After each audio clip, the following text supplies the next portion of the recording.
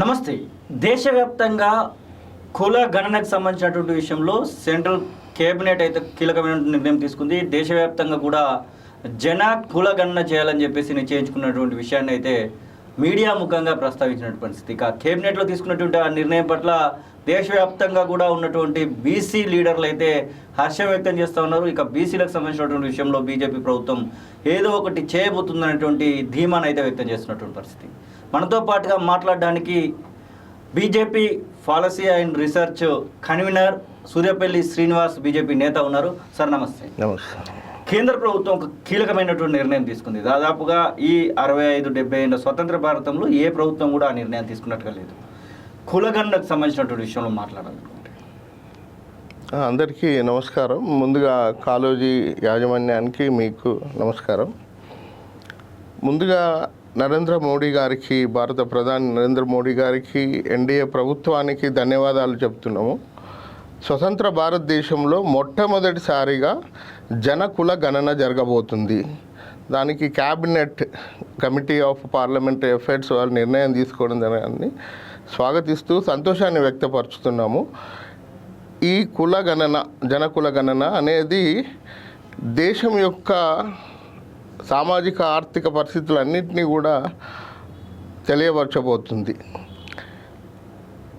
ఈ స్వతంత్ర భారతదేశంలో మొట్టమొదటిసారిగా ఈ కులగణన జరుగుతున్నది అనే దానికి చాలా సంతోషంగా ఉంది. దీనిపైన అన్ని బీసీ సంఘాలు, బీసీ మేధావులు, బీసీ పార్టీలన్నీ కూడా సంతోషాన్ని వ్యక్తపరుస్తున్నాయి.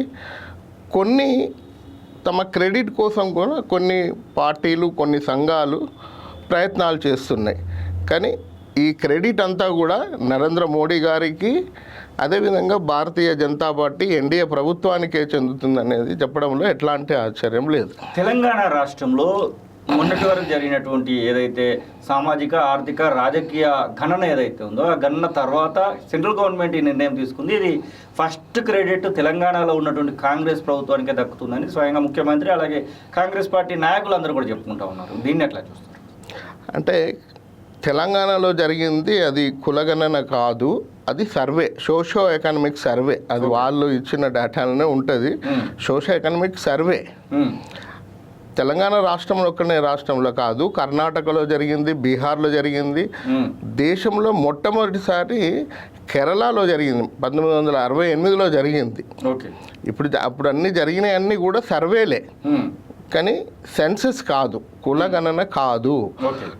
వీళ్ళు చేసిన, ఇప్పుడు మన తెలంగాణ ప్రభుత్వం చేసిన సర్వే, సోషో ఎకనామిక్ సర్వే కూడా అది వీరు కులగణన అని చెప్తున్నారు కానీ, బీసీ కులగణన అని చెప్తున్నారు కానీ దాంతో కులాల లెక్కలేం బయటికి తీయలే. వాళ్ళు క్లాసెస్ లెక్కలే బయటికి తీసిండ్రు. బీసీలు ఇంత, ఎస్సీలు ఇంత, ఎస్టీలు ఇంత తరగతుల లెక్కలు తీశారు తప్ప బీసీ కులాలకు ఈ కులం ఇంత, ఈ కులం ఇంత, ఈ కులం ఇంత అనే జనాభా లెక్కలు ఎక్కడ తీయలేదు. మోరోవర్ వాళ్ళు ఇంకొకటి ఏం చేశారంటే మతపరమైన లెక్కలు కూడా బయట పెట్టారు. అంటే వాళ్ళ ఇంటెన్షన్ అది కులగణన, కుల సర్వే కాదు, అది మత తరగతుల లెక్కనే మనం చూడాల్సి ఉంటుంది. కానీ ఇప్పుడు సెంట్రల్ గవర్నమెంట్ చేసే దానిలో బీసీలతో సమానంగా ఇక్కడ ఇప్పుడు తెలంగాణకు వచ్చినట్టు ఏది ఉంటే మైనారిటీలు కూడా కలిసి ఉంటారు. మైనారిటీలను కలిపి చేస్తే గతంలో బీజేపీ లీడర్లు అందరూ కూడా గొడవ చేశారు. ఇప్పుడు సెంట్రల్ గవర్నమెంట్ చేసేటువంటి యొక్క కులగణనకు సంబంధించినటువంటి విషయంలో దానిలో ఎట్లా లెక్క పెడతారు? అసలు దీనికి సంబంధించి ఆన్సర్ ఏమైనా దొరుకుతుందా అని చెప్పేసి కూడా ప్రశ్నలు వస్తూ ఉన్నాయి. మీరు మంచి ప్రశ్న అడిగారు. ఇంతకుముందు సెన్సెస్లో ఎస్సీ ఎస్టీల సెన్సెస్ కూడా తీసేవాళ్ళు. అవును, వాళ్ళను ఎస్సీల కింద, ఎస్టీల కిందనే తీసేవాళ్ళు, కానీ అందులో సబ్ క్యాస్ట్లు తీసేవాళ్ళు కాదు. కానీ ఇప్పుడు సబ్ క్యాస్ట్లు కూడా తీయబోతున్నట్టు మనకు అర్థమవుతుంది. ఎందుకంటే ఎస్సీ వర్గీకరణ జరిగింది, దాని రిజల్ట్ దాన్ని ఫ్రూట్ఫుల్గా అందించాలంటే ఎస్సీల వర్గీకరణతో పాటు ఎస్సీలో ఉన్న కులాలను, ఎస్టీలో ఉన్న కులాల జనాభా కూడా అవసరం. అదేవిధంగా బీసీలలో ఉన్న కులాల జనాభా కూడా రేపు తీయబోతున్నారు. అంటే ఇక్కడ ప్యూర్లీ క్యాస్ట్ సెన్సస్ జరగబోతుంది. జరగబోతుంది. మీరు అడిగిన ప్రశ్న ఏంటంటే ముస్లిమ్స్ని ఎట్లా చూస్తారు అనేది ఉన్నది. అయితే ఇక్కడ మన తెలంగాణలో కానీ బయట ఉన్న మేధావులందరూ కూడా కొన్ని ప్రశ్నలకు సమాధానం ముందు చెప్పాలి. ముస్లిమ్స్లలో ఎన్ని కులాలు ఉన్నాయి అనేది ఒకటి చెప్పాలి. ఓకే. కులాలు ఉంటే కులాల మధ్యలో అంతరాలు ఉన్నాయా, వివక్ష ఉన్నదా అనేది కూడా ఒప్పుకోవాలి. కులాలలో ఉన్నాయి, కులాలు లేవు అని, మేమంతా ఒకటే అని, మేము కలిసి ఉంటామని వాళ్ళు చెప్తా ఉంటారు ఇస్లాం ప్రకారము. మళ్ళీ కులాలు ఉన్నాయని మళ్ళొక దిక్కు వాదిస్తూ ఉంటారు. కానీ భారతదేశంలో ఉన్నంత నాలెడ్జ్ వరకు కులాలు అందులో కూడా ఉన్నవి, అందులో కూడా వివక్ష ఉంది. అది ఈ మేధావులు ఒప్పుకోవాలి. అయితే ముస్లిమ్స్లలో ఉన్న పేదవాళ్ళు పస్మందా ముస్లిమ్స్ గురించి కూడా భారతీయ జనతా పార్టీ వాళ్ళ గురించి కూడా కాన్సన్ట్రేట్ చేస్తుంది, వాళ్ళ లెక్కలు కూడా తీయబోతుంది. ఆ విధంగా వాళ్ళకు కూడా లాభం జరగబోతుంది. కాంగ్రెస్ పార్టీ ఒకటే ఎజెండా పెట్టుకుంది. ఈ 2023-24లో జరిగినటువంటి ఎలక్షన్స్లో కానివ్వండి, వచ్చేటువంటి ఎలక్షన్స్లో కూడా ఎవరెంతో వారికి అంత ఇవ్వాల్సిందే వాటా అనేటువంటి నినాదంతో కాంగ్రెస్ పార్టీ నేత రాహుల్ గాంధీ భారత్ జోడో యాత్రలో కానివ్వండి, ఆ తర్వాత జరిగినటువంటి అన్నిట్లలో కూడా చెప్తూ వచ్చాడు. రాహుల్ గాంధీని చూసిన తర్వాతనే రాహుల్ గాంధీ ఫైట్ వల్లనే మోదీ ప్రభుత్వం ఈ నిర్ణయం తీసుకుంది అంటే మీరు దాన్ని సమర్థిస్తారా? అంటే రాహుల్ గాంధీ గారు ఒక నినాదం తీసుకున్నారు, కరెక్టే. కానీ రాహుల్ గాంధీ గారికి తీసుకున్నారు. రాహుల్ గాంధీ ఒక కాంగ్రెస్ పార్టీకి చెందిన వ్యక్తి, ఒక ఎక్స్ ప్రెసిడెంట్. కానీ అంతకుముందు కాంగ్రెస్ పార్టీ చరిత్ర ఒకసారి కనుక చూస్తే, ఇప్పుడు అసలు మనం కులగణన ఎందుకు చేయాలి అనేది ఒకసారి మన దేశంగా ప్రశ్న మనం వేసుకుంటే, అసలు పెద్ద మిస్టేక్ చేసింది వాళ్ళ ముత్తాత నెహ్రూ గారు. ఎందుకంటే 1931లో జరిగిన సెన్సెస్లో అప్పుడు పాకిస్తాన్ ఉంటుంది, బంగ్లాదేశ్ ఉంటుంది, అన్నీ ఉంటాయి. ఎప్పుడైతే స్వాతంత్రం ఏర్పడి 1951లో సెన్సెస్ తీయాల్సి ఉండే, క్యాస్ట్ సెన్సెస్ తీయాల్సి ఉండే, తీసి దేశాన్ని ఏ విధంగా అభివృద్ధి చెందించాలి అని అనుకున్న టైంలో నెహ్రూ గారు చేసిన మోసం వల్లనే కదా ఇప్పటికీ మనం ఇంత బీసీలు వెనుకబడడానికి. సరే, ఎస్సీ ఎస్టీల కంటే బాబాసాహెబ్ అంబేద్కర్ ఉన్నాడు కాబట్టి వాళ్ళ లెక్కలు తీసిండ్రు, వాళ్ళకు ఒక సపోర్ట్, ఆ పెద్ద మహానుభావుడు ఉన్నారు కాబట్టి వాళ్ళ లెక్కలు తీసిండ్రు. కానీ మిగిలిన వాళ్ళ దగ్గరికి 52% పైన బీసీల గురించి వచ్చేసరికి ఈయన చెప్పిన ఏదో సిద్ధాంతాలు, సోషలిస్ట్ అన్నాడు, క్యాస్ట్లెస్ సొసైటీ అన్నాడు, ఇంకేదో అని మభ్యపెట్టి బీసీలను నాగం చేసింది వాళ్ళ ముత్తాత నెహ్రూ కాదా? ఆ తర్వాత ఇందిరాగాంధీ కాదా? అంటే దేశం విడిపోయినప్పుడు అప్పుడు ప్రణాళికలు కనుక కుల ఆధారంగా, సామాజిక ఆర్థిక వ్యవస్థ ఆధారంగా కనుక చేస్తుంటే ఈ దేశం కనీసం 25 ఏళ్ళ ముందే అభివృద్ధి చెందేది అనేది నా ప్రగాఢ సంకల్పం, నమ్మకం. అవి వదిలేసి తర్వాత ఇందిరాగాంధీ, తర్వాత రాజీవ్ గాంధీ, వీళ్ళు బీసీలను కనీసం పట్టించుకున్న నాన్న పోలే. వీళ్ళు మొట్టమొదటి జాతీయ బీసీ కమిషన్, కాకా కాలేకర్ కమిషన్ వేస్తే దాంట్లో కులాన్నే ఆధారంగా తీసుకొని మాట్లాడిండు. ఆ కమిషన్నే బుట్టదాఖలు చేసి 1955లో. అంటే వీళ్ళకు చిత్తశుద్ధి లేదు బీసీల మీద అంటారా మీరు? 100% ఈయన ఎందుకు ఎత్తుకున్నాడు రాహుల్ గాంధీ గారు అంటే, 2014 నుండి నరేంద్ర మోడీ గారు ఎప్పుడైతే భారత ప్రధానిగా మొదటిసారిగా వచ్చారో అప్పటి నుండి కూడా బీసీల కోసం పనిచేస్తూ వచ్చాడు. నిజంగా చెప్పాలంటే భారతీయ జనతా పార్టీలో నరేంద్ర మోడీ ఎరా అనేది ఒకటి స్టార్ట్ అయింది.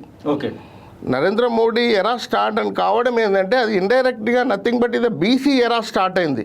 అప్పటి నుండి 2014 నుండే బీసీలకు ఒక మంచి జరగడం మొదలైంది. అది గమనించిన ఒక ప్రతిపక్ష పార్టీగా ఈ నిర్ణయం తీసుకోవాలి అని వాళ్ళు ఏదో మాట్లాడారు తప్ప, ఆయన మాట్లాడుతున్న దాంట్లో కనీస చిత్తశుద్ధి లేదు, తనకు అవగాహన కూడా లేదు, పూర్తి స్థాయి అవగాహన కూడా లేదు. 2021లోనే జనాభా లెక్కలైతే లెక్కించాల్సి ఉండే, ఆ టైంలో కరోనా మూలంగా దాన్ని పోస్ట్పోన్ చేయడం జరిగింది.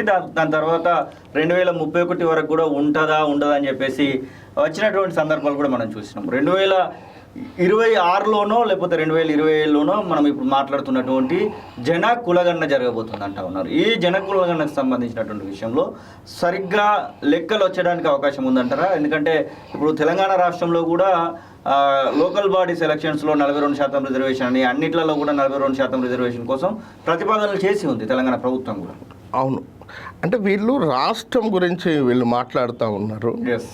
రాహుల్ గాంధీ గారు మాట్లాడిన దానికి మోడీ గారు చేస్తున్న దానికి తేడా ఏంటంటే, కనీసం రాహుల్ గాంధీ గారికి, కాంగ్రెస్ పార్టీకి రాష్ట్రం అధికారంలో ఉంది, ఈ రాష్ట్రంలో అధికారంలో ఉంది. మీరు సర్వే చేశారు, ఎస్ సర్వే చేసి మీకు రిజల్ట్ వచ్చింది, మీ దగ్గర వచ్చింది. వచ్చిన తర్వాత దాని తర్వాత తీసుకోవాల్సిన చర్యలు ఏం తీసుకున్నారు? అంటే అదే ఒక క్యాబినెట్ లో పెట్టకుంటే ఏం చేయలేమనేటువంటి మాట ఇక్కడ వస్తా ఉంది. సరే, షెడ్యూల్ 9 అది 10 అనేది వేరే విషయం. ఓకే, షెడ్యూల్ 9 అనేది తర్వాత విషయం, దాన్ని నేను మళ్ళీ మీకు వివరంగా చెప్తాను. కానీ ఇప్పుడు మీకు వచ్చింది 52% పైన ఉన్నారు బీసీలు అని చెప్పిన తర్వాత మరి క్యాబినెట్లో మంత్రులు పెరిగినలా ఈ 6 నెలల్లో? పెరగలేదు ఇంకా. కనీసం మంత్రులు కాదు, కనీసము మీకు నామినేటెడ్ పోస్టులలో కూడా పెరగడం లేదు. ఎక్కడ కూడా బీసీలకు ప్రాధాన్యత ఇచ్చుడే లేదు. అంటే మీకు పాలనలో ప్రాతినిధ్యం లేకుండా మీకు జనాభా ఇంత అని చెప్పడంలో అంతరార్థం ఏంటి? ఇంకొకటి, వీళ్ళ ఎజెండా ఏంటి? సర్వే గొప్పగా చేశాము, ఏదో 54 ప్రశ్నలు 74 ప్రశ్నలు అని చెప్తున్నారు. కానీ ఆ అవుట్పుట్ అనేది ఏంటి? వాళ్ళకి కావాల్సింది ఏంది?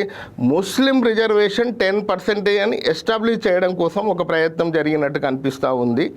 ఎట్ ది సేమ్ టైం ఓసీల జనాభాను 10% పైన చూపించి ఈడబ్ల్యూఎస్ను కాపాడుకునే ప్రయత్నం కనిపిస్తుంది తప్ప బీసీల కోసం చేసిన సర్వే కానే కాదు అది. తర్వాత విషయాన్ని మీరు అడిగినట్టు 42% వస్తే స్థానిక సంస్థలలో 42% ఇస్తాము అని వాళ్ళు మేనిఫెస్టోలో కామారెడ్డి డిక్లరేషన్లో పెట్టిండ్రు. ఆ పెట్టిన దాన్ని స్థానిక సంస్థల రిజర్వేషన్స్ అనేటివి ప్యూర్లీ స్టేట్ గవర్నమెంట్ పరిధిలో ఉంటాయి. ఓకే, కానీ కోర్టులు ఇంటర్ఫీర్ అయ్యి ఏం చెప్పినాయంటే జనాభా ఆధారంగా కనుక చూపించగలిగితేనే మీకు రిజర్వేషన్ పెంచుకోవచ్చు అని చెప్తున్నాయి. మీరు డెడికేటెడ్ కమిషన్ వేశారు, సర్వే చేశారు, కమిషన్ అపాయింట్ చేశారు, రిజల్ట్ వచ్చింది, అది చూపించి మీ స్టేట్ గవర్నమెంట్ పెంచుకోవచ్చు. దాన్ని తీసుకెళ్ళి మీరు 9th షెడ్యూల్లో పెట్టడం అనేది ఒక విచిత్రం, అది కాలయాపన చేయడమే. తర్వాత ఏంటి, ఇది లోకల్ బాడీకి సంబంధించి విద్యా ఉద్యోగ రంగాలలో కూడా 42% అని ఏదో కొత్త డ్రామా తీసుకొచ్చారు. అంటే మనకు సీల్ ఉంది కదా, 50% రిజర్వేషన్ అనేది ఒక సీల్ కనబడతా ఉంది. ఇంతకుముందు అట్లా చేసినటువంటి బీహార్కు పరిస్థితి ఎట్లా ఉందో చూస్తూ ఉన్నాం. అంతో ఇంతో తమిళనాడులో మాత్రం ఇంప్లిమెంట్ అవుతున్నటువంటి సందర్భాన్ని మనం చూస్తూ ఉన్నాం. కర్ణాటక కూడా ఆ ప్రయత్నాలు చేసి ఆగిపోయినటువంటి పరిస్థితి. అంటే రిజర్వేషన్లకు 50% క్యాప్ అనేది ఉండడం వల్ల ఈ యొక్క డిస్టర్బెన్సెస్ వస్తున్నాయి అనేటువంటి మాట చెప్తా ఉన్నాం.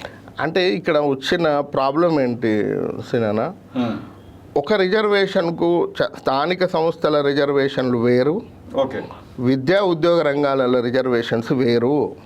ఇవి తెలుసుకోవాలి ముందు మనం. ఓకే, స్థానిక సంస్థలకు సంబంధించిన అవి స్టేట్ పరిధిలో ఉంటాయి, దానికి 50% అనేది కోర్టులు పెట్టినాయి ఓకే తప్ప ఎక్కడ కాన్స్టిట్యూషన్లో ఉండదు. ఈవెన్ ఉద్యోగ రంగాలలో కూడా ఇంద్రసాహని జడ్జిమెంట్లో ఉంటుంది తప్ప ఇంకెక్కడ ఉండదు. ఓకే, అవి కూడా ఎక్సీడ్ అయిన వేరే రాష్ట్రాలలో స్టేట్స్ చేసుకోగలిగినాయి, వీళ్ళు చేసుకునే దమ్ము వీళ్ళకు లేదు. ఓకే, వీళ్ళు సర్వేను ప్రాపర్గా కనుక ప్రజెంట్ చేయగలిగితే పెంచుకోవచ్చు, స్టేట్ కెన్ డూ. ఓకే, అట్లనే మీరు అన్నది ఇంకొకటి, విద్యా ఉద్యోగ రంగాలలో అని చెప్తున్నారు. విద్యా ఉద్యోగ రంగాలలో రిజర్వేషన్ పెంచుకోవాలంటే ముందు ఏం చేయాలంటే ఈ డెడికేటెడ్ కమిషన్కు హక్కులు లేవు, అధికారం లేదు. మళ్ళీ బీసీ కమిషన్ ఉంది కదా, ఆ బీసీ కమిషన్తో రిపోర్ట్ ఒకటి ఇవ్వాలి. రిపోర్ట్ సబ్మిట్ చేస్తూ మా వాళ్ళు ఈ విద్యలో ఉద్యోగాలలో ఇంత డెఫిషియన్సీ ఉంది, ఇంత తక్కువ ఉన్నారు, ఎడిక్వసీ లేదు అని చూపిస్తూ పెంచాలి తప్ప ఏదో పెంచడం అని గుడ్డిగా పెంచితే కోర్టులు కొట్టేస్తాయి. అదేవిధంగా బీహార్లో అదే జరిగింది. మాకు పాపులేషన్ ఉంది పెంచుతామని పెడితే లేదు, ఎడిక్వసీ ప్రూవ్ చేసుకోమన్నది, కొట్టేయలేదు, ఎడ్యుకేసీ ప్రూవ్ చేసుకోమని చెప్పింది. ఇవి అధ్యయనం చేయకుండా వేగ్గా మాట్లాడి ప్రజలను మభ్యపెడుతుంది కాంగ్రెస్ పార్టీ తప్ప కాంగ్రెస్ పార్టీకి చిత్తశుద్ధి లేదు. నేను అడుగుతున్నా, కాంగ్రెస్ పార్టీలో ఇచ్చే ఇంటర్నల్ పోస్టులు కానివ్వండి, నామినేటెడ్ పోస్టులు కావచ్చు, ఎంపీలు కావచ్చు, ఎమ్మెల్యేలు కావచ్చు, మినిస్టర్లు, ఇవి ఇవ్వడానికి ఎవరు అడ్డుపడుతున్నారు? కోర్టులు అడ్డుపడుతున్నాయా మీకు? ఇవి ఇవ్వచ్చు కదా, సమస్య కదా.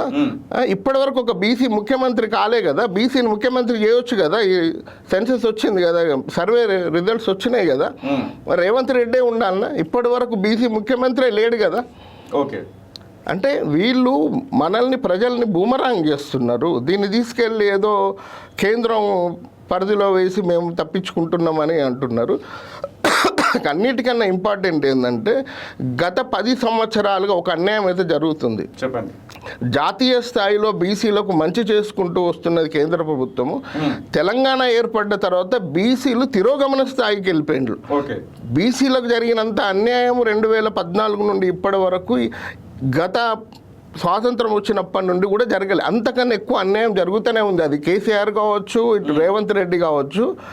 వీళ్లకు తోడుగా కొద్ది మంది కుహనా మేధావులంతా జమై వీళ్ళను మోస్తూ వీళ్ళకు వత్తాసు పలుకుతూ ఇక్కడ ఇష్యూస్ లేనట్టు, రాష్ట్రంలో ఇష్యూస్ లేనట్టు, కేంద్రం ఇష్యూస్ వీళ్ళేదో సెటిల్ చేసినట్టు వీళ్ళు ఇక్కడ మాట్లాడుతూ కాలయాపన చేస్తున్నారు.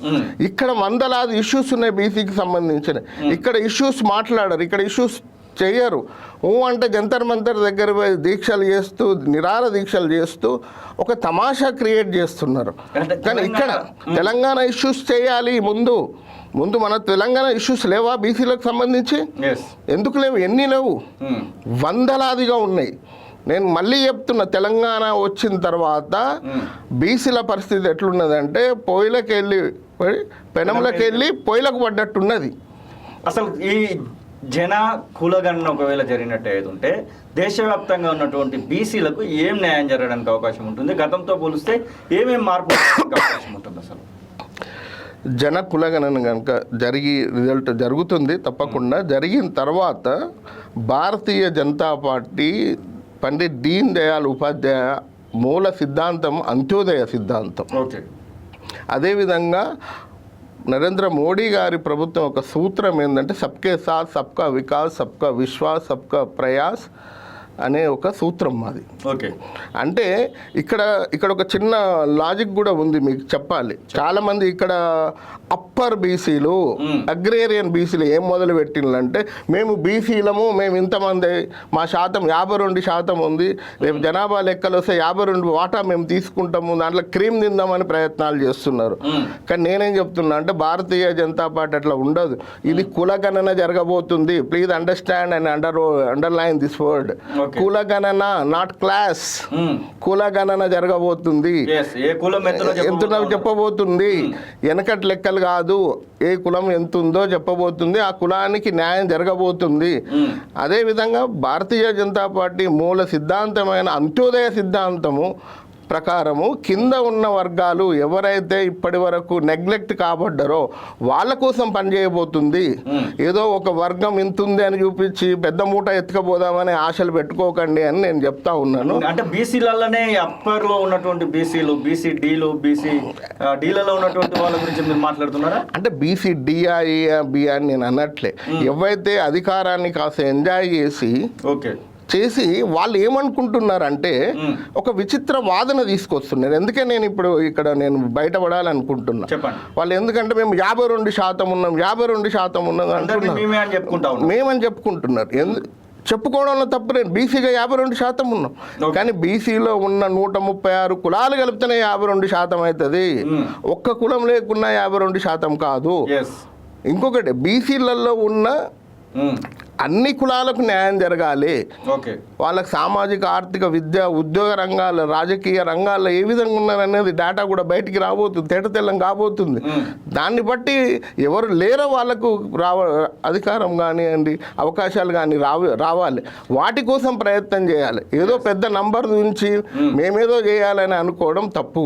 తెలంగాణ రాష్ట్రం ఎగ్జాంపుల్గా తీసుకుని ఒకవేళ చట్టసభల గురించి మాట్లాడుకుంటే అటు పార్లమెంటుకు సంబంధించి అయినా కానివ్వండి, ఇటు అసెంబ్లీకి సంబంధించినట్టు కానివ్వండి, అటు ఎస్సీ ఎస్టీలకు రిజర్వేషన్లు ఉన్నాయి. జనరల్ సీట్లలో అంతో ఎంతో ఓసీలు గెలవడానికి అవకాశం కనబడుతుంది. కానీ బీసీలకు మాత్రం చాలా ఇబ్బందిగా ఉంది. బీసీలకు కూడా చట్టసభలలో రిజర్వేషన్ కావాల్సిందే అనేటువంటి ఒక నినాదం దాదాపు దశాబ్దాల కాలంగా వినబడుతున్నటువంటి పరిస్థితి. అంటే కింద వాళ్ళకు అంతో ఎంతో తెలంగాణ రాష్ట్రంలో 22-23 సీట్లు కనబడతా ఉన్నాయి. అలాగే ఎంపీ సీట్లలో కూడా 3 ఎంపీ సీట్లు కనబడతా ఉన్నాయి. కానీ బీసీలకు ఒక సీటు కూడా లేదనేటువంటి ఒక వాదన వినబడుతుంది. అట్లా దేశంలో ఉన్నటువంటి ప్రతి స్టేట్లో కూడా ఈ సమస్య కనబడతా ఉంది.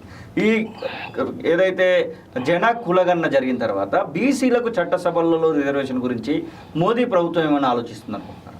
తప్పకుండా ఆలోచిస్తుంది. ఇప్పుడు భారతీయ జనతా పార్టీ తొందరపాటు నిర్ణయాలు ఎప్పుడు తీసుకోదు. భారతీయ జనతా పార్టీకి ఒక దీర్ఘకాలిక ప్రణాళిక ఉంటుంది. ఇదేదో చాలామంది అనుకుంటున్నారు ఇప్పుడు తీసుకున్న నిర్ణయం అనుకుంటున్నారు. కాదు, గత 10 ఏళ్ళుగా తీసుకుంటున్న నిర్ణయమే, 10 ఏళ్ళ ముందు నుండి ఆలోచిస్తున్న నిర్ణయం. దీన్నే ఇప్పుడు బయటకు వచ్చింది. ఒక 10 ఏళ్ళ ముందు నుండే అడ్వాన్స్గా థింకింగ్ ఉంటుంది. దాని మీద పనిచేస్తూ ప్రయారిటీ వైజ్గా చేసుకుంటూ వస్తారు. ఆ కోణంలోనే రేపు చట్టసభలలో కూడా బీసీలకు రాజ్యాధికారంలో వాటా ఇవ్వబోతున్నారు. చట్టసభల్లో కూడా ఎంపీ ఎమ్మెల్యే చట్టసభలలో కూడా వాళ్లకు బీసీలకు రిజర్వేషన్స్ ఇవ్వబోతున్నారు. అసలు ఇప్పుడు కులగణన జరగకముందే, చట్టసభలలో ఎలాంటి రిజర్వేషన్స్ లేకముందే మీకు మంత్రివర్గంలో 33% బీసీలకు ఇచ్చారు కదా, రెండో టర్మ్. తర్వాత ఎన్సీబీసీకి, నేషనల్ కమిషన్ ఫర్ బ్యాక్వర్డ్ క్లాసెస్కు రాజ్యాంగ హోదా ఇచ్చారు కదా. అట్లనే బీసీలకు సంబంధించిన వందలాది పనులు చేసుకుంటూ వస్తూనే ఉన్నారు కంటిన్యూగా. వీసీలు ఉండకపోయేది, తర్వాత నల్సర్ లాంటి యూనివర్సిటీలలో రిజర్వేషన్స్ ఉండకపోయేది, నీట్లో రిజర్వేషన్స్ ఉండకపోయేది, సైనిక్ స్కూల్స్లో రిజర్వేషన్స్ ఉండకపోయేది. అట్లా ఒక 1 by 1గా చేసుకుంటూ వస్తూనే ఉన్నారు బీసీల కోసం. ఎందుకు చేస్తున్నారు అంటే, నేను ముందే చెప్పాను, నరేంద్ర మోడీ ఎరా స్టార్ట్ అయిందని. నరేంద్ర మోడీ గారు కాబట్టే చేయగలుగుతున్నారు. మనలో కొద్ది మంది కుహనా మేధావులు పదే మోడీ గారిని ఒక ప్రశ్న వేస్తున్నారు, మీరు బీసీ అయితే? Yes, BC. నరేంద్ర మోడీ గారు 100కు 100% BC, that to MBC. Please write, that to MBC. ఆ కులానికి వివక్ష ఉంది. ఆయన చాలా పేద కుటుంబంలో వివక్షను అనుభవించి వచ్చిన వ్యక్తి ఆయనే. తెలుసు కాబట్టే ఇవి అన్నీ ఒక సిస్టమేటిక్గా చేసుకుంటూ వస్తున్నాడు. తను కాబట్టే ఇవన్నీ చేయగలుగుతున్నాడు, ఇవన్నీ మనకు ఇవ్వగలుగుతున్నాడు. ఆయన నిఖార్సైన బీసీ కాబట్టే మనకు చేయగలుగుతున్నాడు. BC and MBC also. ఆయన ఏం అగ్రేరియన్ బీసీ కాదు, అప్పర్ బీసీ కాదు, టెక్నికల్ బీసీ కాదు. కొద్దిమంది ఏదో వాడుతున్నారు, బలత్కార బీసీలు కాదు. ఈ పదాలన్నీ మీకు మీరు మాట్లాడడానికి బాగుంటుంది, కానీ పేదరికం అనుభవించిండు. వాళ్ళ అమ్మ ఇండ్లల్లో పనిచేసింది. తను కూడా వివక్షను ఎదుర్కొన్నాడు. తన చిన్నాయన దగ్గర రైల్వే స్టేషన్లో పనిచేసిండు. 11 సంవత్సరాల అవినీతికి ఇంత మచ్చ అంటకుండా 24 గంటలు పనిచేస్తున్నాడు ఈ దేశం కోసము. మీరు ఆయన కులాన్ని శంకించే అంత పెద్దవాళ్ళు అయిపోయిండ్రు. మీ కనీస వ్యక్తిత్వం ఉండదు ఒక్కొక్కడికి, కానీ ఆయన వ్యక్తిత్వాన్ని, తన కులాన్ని ప్రశ్నించే స్థాయికి ఎదిగినాం. ఇప్పుడు చెప్పండి, ఈ కులగణన సర్వే చేయబోతున్నారు కదా, కులగణన చేయబోతుంది కదా భారతీయ జనతా పార్టీని. ఇప్పటిదాకా మీరు చేసిన వాదనలేంది? మీ వాదనలన్నీ ఎక్కడ పోయినాయి? నేను మళ్ళీ అడుగుతున్నా, ఇక్కడ ఉన్న మేధావులందరినీ, పర్టికులర్గా తెలంగాణ ఛాంపియన్స్ అని, రోల్ మోడల్ అని చెప్పుకునే మేధావులందరినీ అడుగుతున్నా, మనమందరం ఏ పెద్ద ఉద్యమాలు పోరాటాలు చేసినా భారతీయ జనతా పార్టీని ఒక బీసీ వ్యక్తిని ప్రధానమంత్రి చేయమని చేయలే కదా. అదే ఈ కాంగ్రెస్ పార్టీకి ఈ పోరాటాలు చేస్తున్నాము మేము కులగణనతోనే, సర్వే చేస్తూ, సర్వే చేయడం వల్ల ఏమవుతుందట, రేపు రాహుల్ గాంధీ ప్రధాని అవుతాడట. అంటే ఇప్పటివరకు వాళ్ళ కుటుంబంలో ఎవడు ప్రధాని కాలేదు, వాళ్ళు అనుభవించలేదు. ఆ కులము, ఆ కుటుంబం ఎప్పటికీ రాజ్యాధికారంలో భాగస్వామ్యం లేదా? మళ్ళీ వాళ్ళే కావాలన్నా? కాంగ్రెస్ పార్టీలో మనుషులు లేరా? అట్లాగే ఇప్పుడు 33% మహిళా రిజర్వేషన్ అనేది ఇప్పటికే పార్లమెంట్లో తీసుకురావడం జరిగింది. అది చట్ట రూపం కూడా దాల్చింది. 33% రిజర్వేషన్లో కూడా బీసీలకు సపరేట్గా రిజర్వేషన్ ఇవ్వాల్సిందే, మహిళా రిజర్వేషన్లలో బీసీలను సపరేట్గా చూడాల్సిందే అనేటువంటి ఒక నినాదం కూడా చాలా వరకు ఊపందుకుంది. దీని విషయంలో బీజేపీ ఎట్లా ఆలోచిస్తుంది అనుకుంటా ఉన్నారు? ఇప్పుడు మన వాళ్ళే చాలా టెక్నికల్గా కూడా వాదిస్తుంటారు. మహిళను శూద్రురాలిగా డిక్లేర్ చేస్తుంటారు. మీకు తెలిసే వర్ణ సిద్ధాంతాలు చెప్పి మహిళ అంటే ఆమెకు శూద్రురాళ్ళు అంటారు. శూద్రులు అంటే ఏంది? బీసీలే కదా. మరి దాన్ని ఎందుకు కన్సిడర్ చేయరు? మహిళలందరూ బీసీలే. మహిళలందరూ బీసీలే అట్లా టెక్నికల్గా మాట్లాడితే. అయితే మహిళలకు ఇచ్చిన దాంట్లో కూడా రావాల్సిందే, బీసీలకు రావాల్సిందే, నేను దాన్ని కాదనట్లే.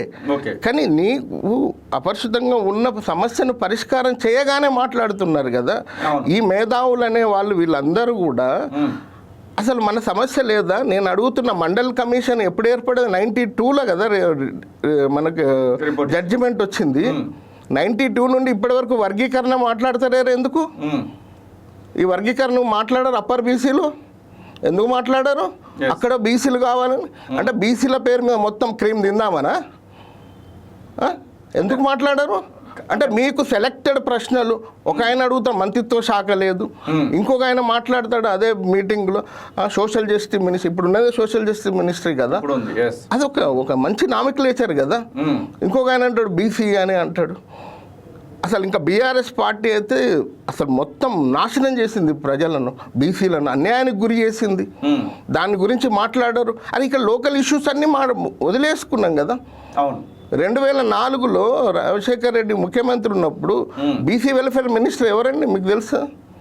ఇంద్రకరణ్ రెడ్డి. అవును, అప్పుడు ఎవరు కలిసి పనిచేసింది? టీఆర్ఎస్ కదా.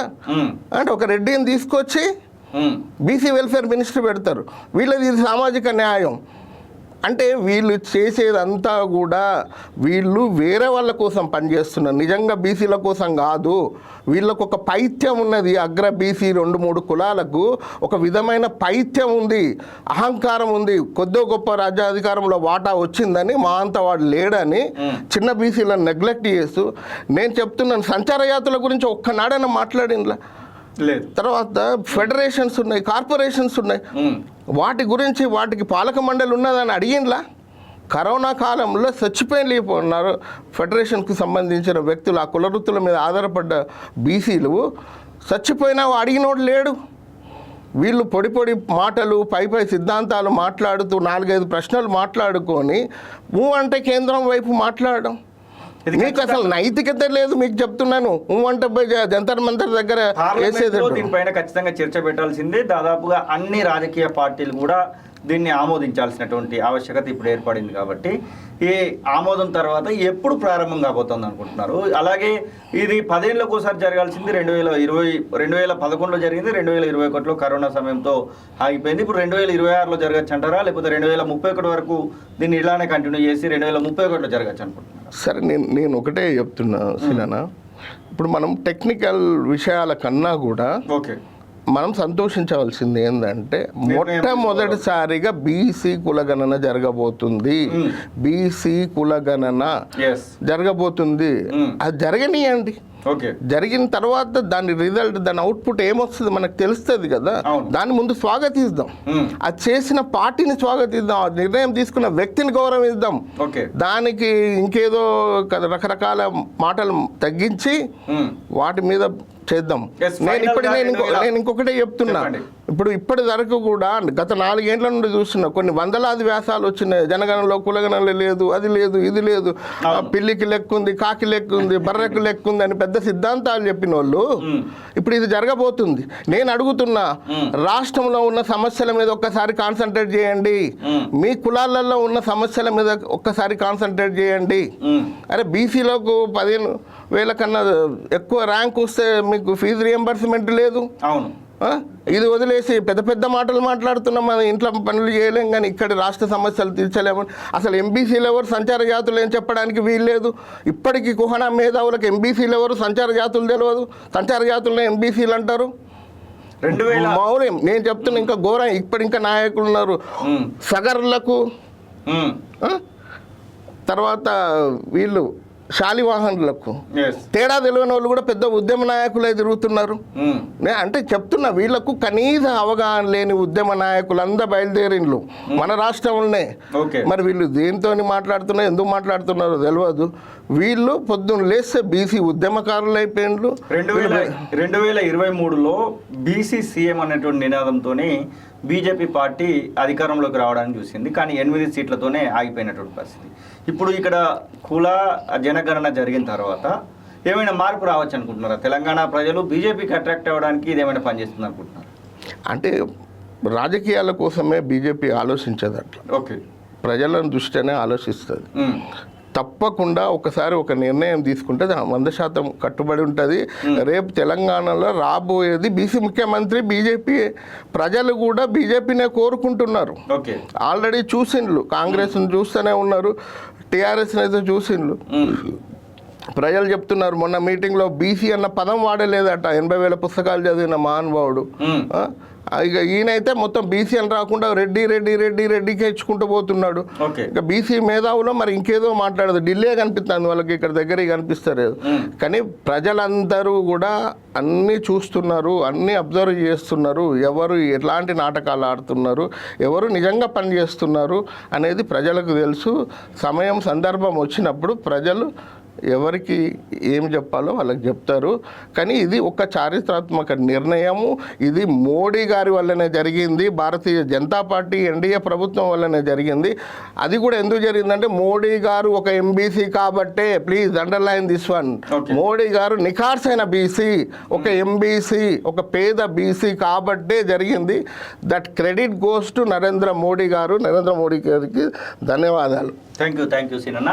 ఇది ఎంబీసీకి సంబంధించినటువంటి విషయంలో, అలాగే బీసీలకు సంబంధించినటువంటి విషయంలో బీజేపీ పార్టీకి సంబంధించినటువంటి రీసెర్చ్ అండ్ పాలసీ కన్వీనర్గా ఉన్న సూర్యపల్లి శ్రీనివాస్ చెప్తున్నటువంటి మాటలు. మొత్తం మీద బీజేపీ పార్టీ మాత్రం దేశవ్యాప్తంగా కుల జనగణన చేయబోతున్నట్టుగా ఇప్పటికే ప్రకటించడం జరిగింది. దానికి సంబంధించినటువంటి విషయంలో 2026లో ఇక దాని తుది రూపము దాల్చుకొని 1 సంవత్సరం పాటు కూడా జరిగిన ఆశ్చర్యం లేదని చెప్తా ఉన్నారు. మొత్తం దేశవ్యాప్తంగా ఉన్నటువంటి ఒక్కొక్క హెడ్ను, ఒక్కొక్క తలను లెక్కబెట్టి దానిలో కుల అలాగే జన 2 గణనలు కూడా జరగబోతూ ఉన్నాయి. కాబట్టి దాని ఫలాలు కూడా ఖచ్చితంగా ఉంటాయన్నటువంటి ఆశాభావాన్ని అయితే వారు వ్యక్తం చేస్తున్నటువంటి పరిస్థితి. చూస్తూనే ఉండండి కాలోజీ టీవీ. విదేశాల్లో ఉన్నత విద్యను చదువుకోవాలని అనుకుంటున్నారా? అయితే వెంటనే ఫ్లైగ్రాడ్ ఓవర్సీస్ ఎడ్యుకేషన్ కన్సల్టెన్సీని సంప్రదించండి. మీ విదేశీ కలలను సాకారం చేసుకోండి. ఫ్లైగ్రాడ్